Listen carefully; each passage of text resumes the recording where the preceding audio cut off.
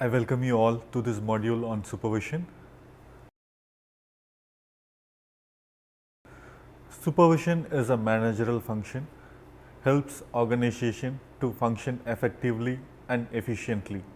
For Munson, supervision acts as a bridge between social work and society. Broadly, if we see, supervision is an administrative tool. The meaning of supervision differs from different sectors. For example, supervision in child welfare center differs from supervision in elderly homes. For Kudushin and Harkness, supervision does 4 processes: overseeing, coordinating, enhancing, and evaluating on the job performance of workers. In today's lecture, I am going to cover 5 aspects on supervision. 1. History. 2. Roles of supervision. 3. Modules of supervision. 4. Principles of supervision. 5. A case study. Let me start with history of supervision. Supervision as a concept is not new and it has been in use for many centuries. While looking at history, we could see the concept used by Greeks and Romans. For example, the royal employees oversaw the work of the slaves. Similarly, in feudal society, landlords supervised their bonded laborers. The Industrial Revolution shifted the concept of supervision to a whole new level. Here, there are many levels of management. The gap between the owner and the employee widened. Also, managers here are professionally trained to ensure production by effectively managing workers, process and resources. Likewise, clear-cut distinction emerged between owner and employee after the emergence of employee union. These two groups are considered as economic and political rivalries. In the last centuries or so, governments have expanded and became complex. Many subgroups and agencies are created to administer their services. For example, the police department of Tamil Nadu, it has many sections such as law and order, social justice and human rights, special task force, etc. Now, let's move on to the new section of this module, the roles of supervision. This section tries to answer the question, what do supervisors do? Many researchers have answered this question. For example, for Dwell and Wexley, the work of supervisors include 7 aspects. They are working with subordinates, organizing work for subordinates, work planning and scheduling, maintaining quality, maintaining work area, maintaining equipment and compiling records. Decker said supervisor work as a buffer between management and workers. Similarly, Mann categorizes supervisor skills into 3 categories: technical, interpersonal and managerial.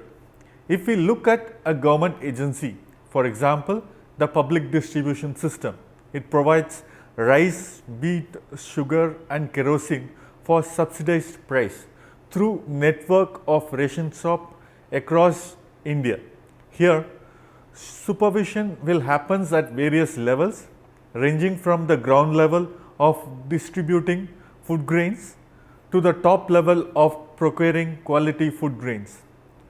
Some of the major challenges for supervisors in government sectors are budget, lack of motivation and the influence of political factions.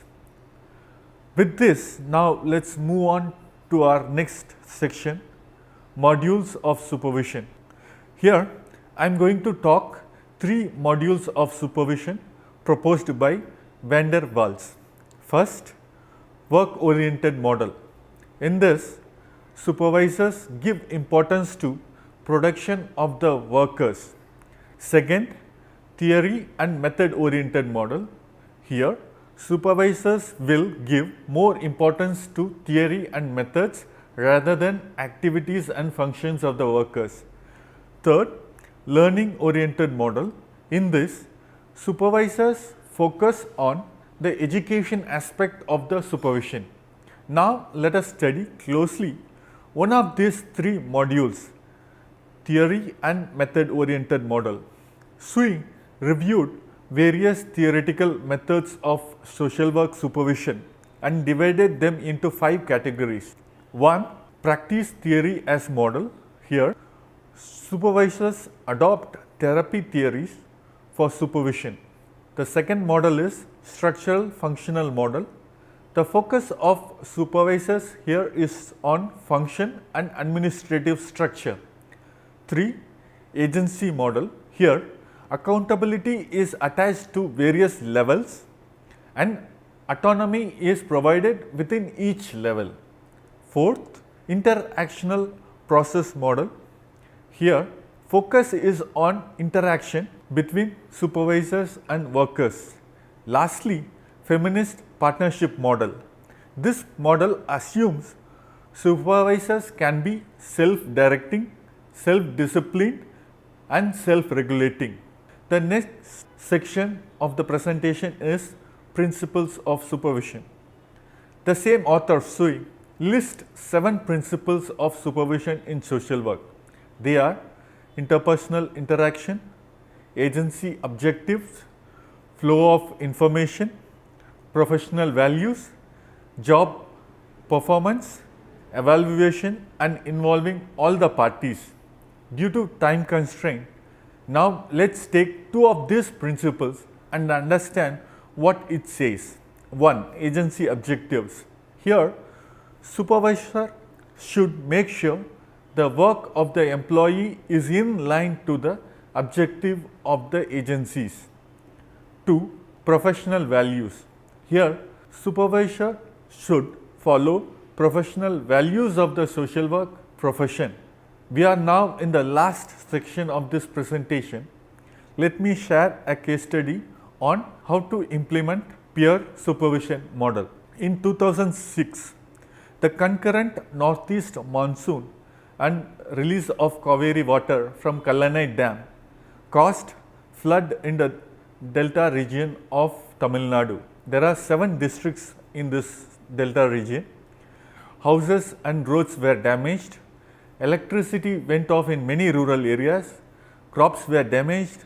Transportation was withheld to many interior villages. Poor and marginalized communities especially faced many difficulties during this period. Both government and non-governmental agencies came forward to support this specific section of the population. I am going to talk about an agency called Blue. It is not a real name. The principle of confidentiality in social work profession doesn't allow me to mention the real name of that agency. I was working for that agency during this period. It was a semi-funding agency and had 8 partner agencies in this delta region. A relief package worth of rupees 1500 per family was fixed. The package had rice, dal, vegetable oil, mat and bed sheets. As I said before, the peer supervision model was followed for this relief operation. After the first week of relief work, a meeting was called to discuss the progress and evaluate the work of the relief operation. Social workers of Blue, the administrative staff and directors of the partner agencies came for that meeting.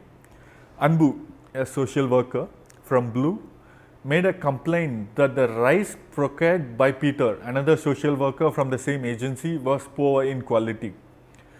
Peter was immediately offended by this complaint. He narrated his side of the argument, like the demand in the delta region was quite high to procure rice.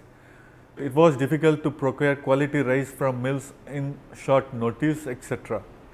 Anbu and directors of the partner agencies were not happy with the explanation given by Peter. Anbu then took over the responsibility of procuring rice. He procured rice from nearby districts of the Delta region.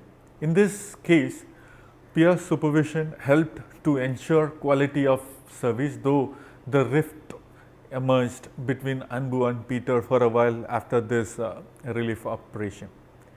Kindly look at the notes for other supervision models and more examples and case studies. I thank you all for attending this lecture.